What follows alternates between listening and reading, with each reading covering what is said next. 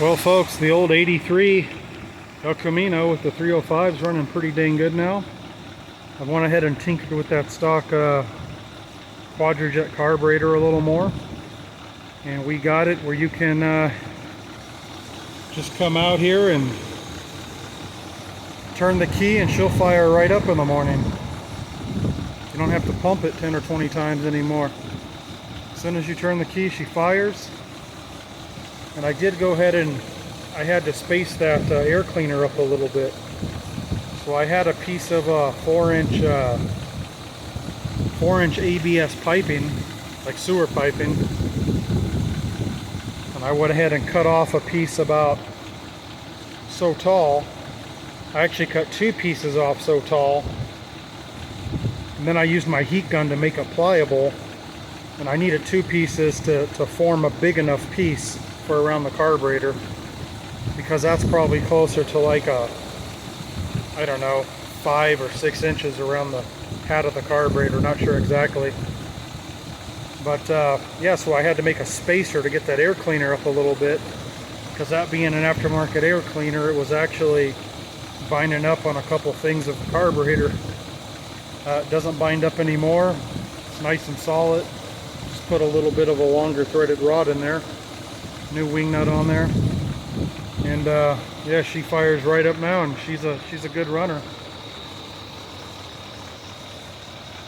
I also went ahead and replaced these heater hoses. The 3/4 inch one from the water pump to the heater core, and the 5/8 one to the intake manifold, and this little piece here. If you look in the other videos, you might be able to tell it didn't really dawn on me until I started looking at it. This car runs very cool, but when it heats up, those hoses were bulging. And then I looked at them. One was red and one was green. And I said to myself, no, it couldn't be, could it? Sure enough, those were garden hoses someone cut and put on here. So we can't have that. Those things would have blown up and left you stranded on the side of the road. So I got some proper heater hose on there now. And I drained out about, I guess, half a gallon of coolant so I could do it without making a mess from the radiator, and discovered it has a new radiator in here, and the coolant was actually spotless in there, no rust or anything, so thank goodness. I disposed of that half a gallon and just added a half gallon of my own 50/50. But yeah, she's running good. She idles smooth, she drives real nice, she shifts nice, and I'm pretty sure she's got a shift kit in her, because she'll bark the tire when you manually shift her up in second gear. You can see I still don't have the kick down hooked up for the transmission, just because it doesn't align properly with this carburetor. So yeah, if I want to drive it like that, I'll just manually shift it. There's only 3 gears, it's not that complicated. But yeah, she's a good runner now. I'm just going to go through here for my son and just start tidying up the wires on here now, like the coolant temperature sensor, the oil pressure sensor wire down there. You know, that's kind of janky. I'll go ahead and cut those out of there and redo them, put new connectors. I'll go ahead and loom it, make it look nice.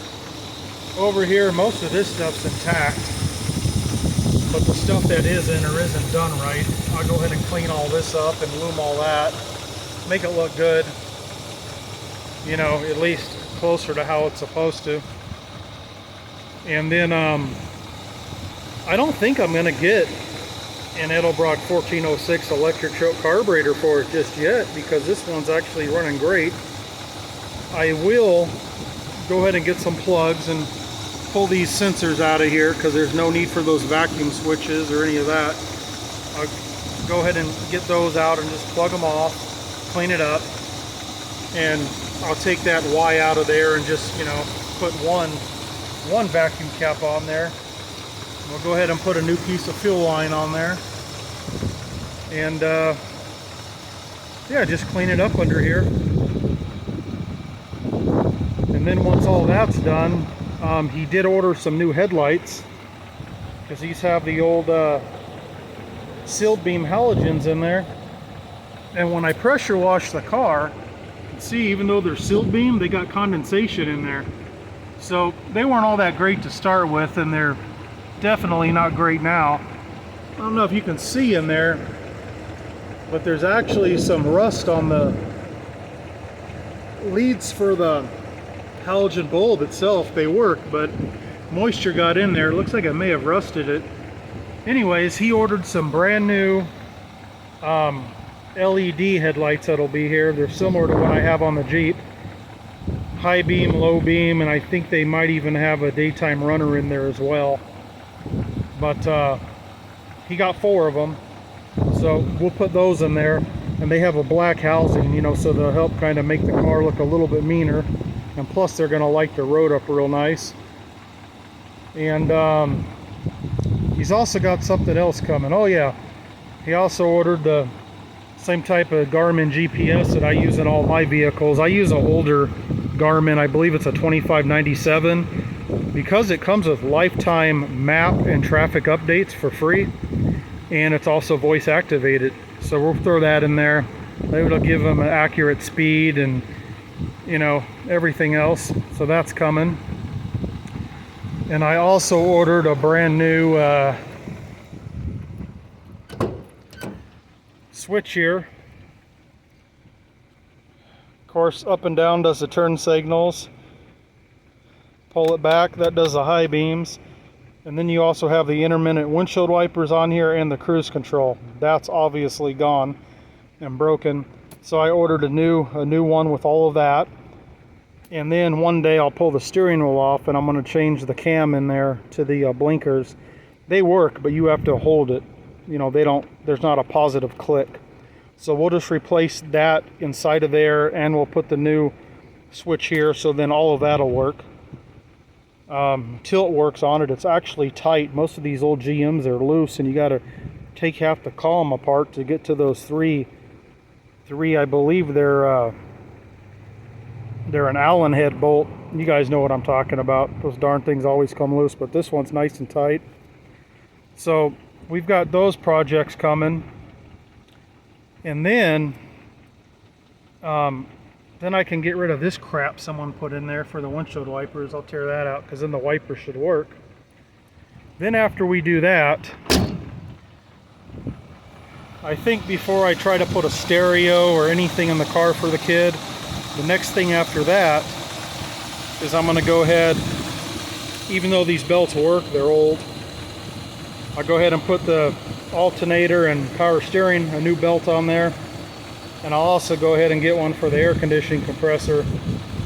It looks like it's pretty lined up. We'll see how that works. And then at that point, I'll go ahead and order some new lines for it. You know, guys, I was shocked. I went out to our local pick and pull. I actually drove out to Carson City about an hour to go out to the pick and pull yard out there. And I'm out of touch with the pick and pull yards. It's been, shoot, I guess it's been 15 or 20 years, you know, since I've really went out there and, you know, got stuff. They did not have one 1980s Chevrolet vehicle out there. And you could say the same thing for Ford, Chrysler, all of them. They are all like 90s and up. So I guess I didn't realize it's going to be, you know, I remember going to the pick and part in Las Vegas. We had a huge yard there, you know, and they had dozens, if not hundreds of these, you know, full body Chevrolet and Ford and Chryslers out there. You saw them everywhere. No more.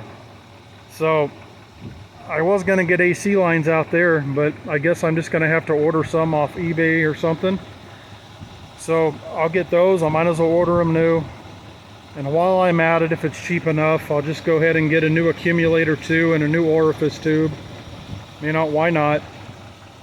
Put all new O-rings in it. I'll pull it in the vacuum. We'll see if we have any leaks. If not, I'll charge it and we'll go from there. But yeah, those are future things. And then if I can get the kid out here to actually clean his wheels, I mean, the car hasn't been washed or cleaned or anything. If I can at least get him to clean these wheels, then I'll give him a you know, a microfiber towel and some mother's polish and tell them, here, go to work on those. Or maybe get them one of those mother's speed balls or something you put on a drill. I know these things will polish up great. And then we'll eventually, you know, sand down whatever needs sanded on the car. There's really no dents in it. It just needs sand, the rust needs sanded down and just feathered in a couple places. And then we'll go ahead and tape it all off and we'll reprimer the whole thing. And yeah, I don't have any plans on putting paint on it for now. I think we'll just reprimer it so it's all one nice solid uniform color. And I don't know, we'll go from there. Eventually I'll put a stereo in there for him, and you know, we'll put some new, probably some new 3.5-inch speakers in the dash, and maybe a couple 6x9s behind his head there. And then eventually I'm sure he'll buy an amplifier and maybe put a couple 10s or something in the underbed storage area behind the rear seat. Get a little system in here, and maybe put a CB radio in there. But yeah, I'll eventually get to it. I'm in no huge hurry with this car because he's not currently driving it, but we'll get it all done. Thanks for watching, guys. See that exhaust? She runs clean. No burning oil out of that puppy.